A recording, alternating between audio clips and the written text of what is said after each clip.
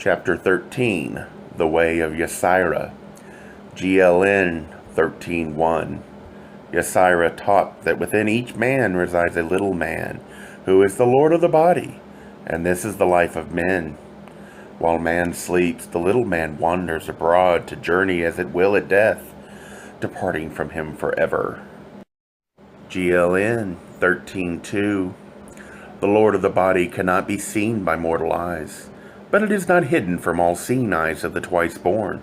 When departing at death, it comes out from the mortal mouth, waiting a while until it grows celestial wings. Then it flies away to the western kingdom, where the wings are shed. GLN 13:3. In the place whither it journeys, the Lord of the body needs no earth-made abode. Therefore, burning the earthly habitations of a departed one is futile. However, if the habitation remains and it is not purified, it becomes the gathering place for shades arising from the place of darkness. For the habitations need not be destroyed, but it must be purified by incense and water and refilled with protective oku. GLN 13:4. If a man came upon another asleep, the sleeper must be awakened quietly and with gentleness, so the Lord of the body may re-enter peacefully. For if the sleeper be awakened before it has re-entered, or if it jump back in fright, then the man will become sick. Therefore, when awakening a sleeper, it is well to call gently to the being without. GLN 13:5. When the mortal body becomes sickened without, the heat of the lakim being present, or if the man or woman be seized and tormented by the dark spirits of madness, this may be caused by the day's sleeping of the Lord of the body. Thus, if the Lord of the body be awakened from its day's sleeping, or restored from its restlessness, then the man or woman may be cured. These things Yosira permitted to be done after the fashion of charmers. GLN 13:6. Yosira taught the curing of many kinds of ills within the mortal body, and the use of droughts containing the life of herbs and growing things. He used fire to stop life leaving the mortal body. The manner of effecting these things is written in the Book of Medications. GLN 13:7. When Yosira came with his sons into the land of Tamura, the people there dwelt in darkness, and they were ignorant of all knowledge. They were divided among themselves into many kindreds, and strife was frequent. They had no kings, and only the old men ruled. There were many charmers who ruled the people by delusions, and also those called the keepers of customs and the teller of tales. GLN 13:8. One people dwelt among great trees and thick forests in the midst of swamplands. Their habitations were made of reeds and stood upon high platforms. These people were called the children of Panhata, for he was their god in the days following those during which men were first created in the midst of the waters. GLN 13:9. Another people dwelt beyond reach of the waters and away from the trees, and they were nameless. They dug holes for their habitations or sought abodes in caves within the hillsides. These people had no gods, but worshipped the dark spirits and the kamawam of the forest, which seized men at night. When the men who had been seized returned to their kindred, they were without words, being dumb. They died in the midst of madness, tearing at their bodies, but there was no kamawam in the forest. This madness being the work of charmers, wishing to instill fear into the hearts of men. GLN 13:10. This is the manner in which it was brought about. When the charmers seized men at night, they took them to a secret place where their tongues were pierced well back with thin thorns. Thus the tongue swelled up, so they whose tongues were so pierced lost the power of speech. The charmers also pierced the victims about the waist with slivers of wood, so none could discover where they were inserted.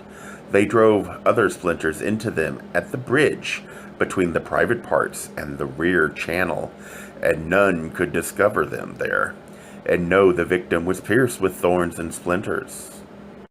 GLN 13:11. Yosira cursed all the charmers who practiced this evil with a great curse. So they were driven to madness by a demon, which ate away their bellies. Since then, the Kamawam has been known no more in the land. GLN 1312. Yosira taught men to beat metal out of stones, and to burn stones so that they gave up their heat. He taught men to work with clay, and he taught them the weaving of cloth and the making of beer. GLN 1313. When Yosira came into the land, the people knew not about the cutting of water channels and the sowing of corn, but Yosira taught them these things. It was he who brought fertility to the land. It was he who died in the midst of the waters to give them life, and his life is in them still. Therefore, it was through the Spirit of the Great One who died in the days of old that the soil became fruitful beyond the reach of the living waters, which rise and fall like the chest of a breathing man. The land is dead. It remains barren like a woman who has not known a man. It was known even to the men of old that if the land was not refreshed with the living waters, but with other waters, then its increase would diminish from year to year until it became waste. The increase within the soil comes not from water alone, but from the life within the water. Life comes forth from life, and that which has not life cannot beget life. GLN 1314. Therefore the good land is that which is married to the threefold God, and land not so married remains barren. The married land is covered with the rising waters, but the land not married is ignored by them. GLN 1315.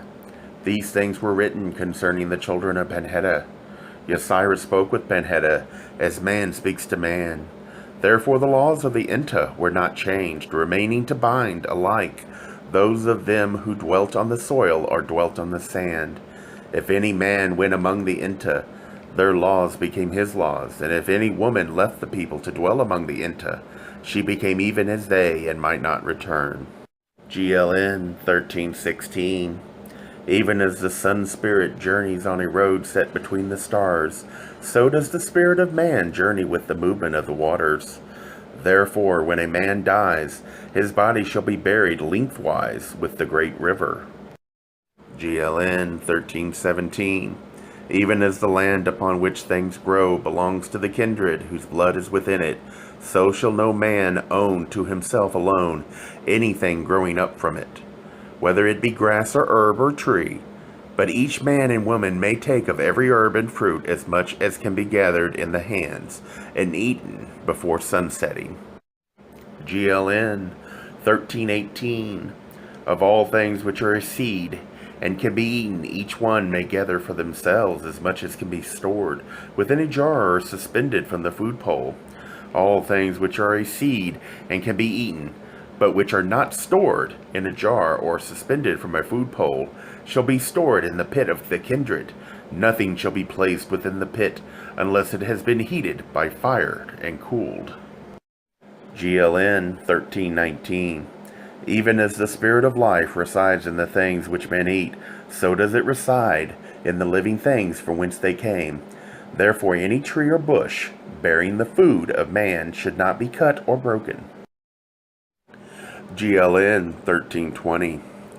The blood of beasts cries from the soil, even as does the blood of men.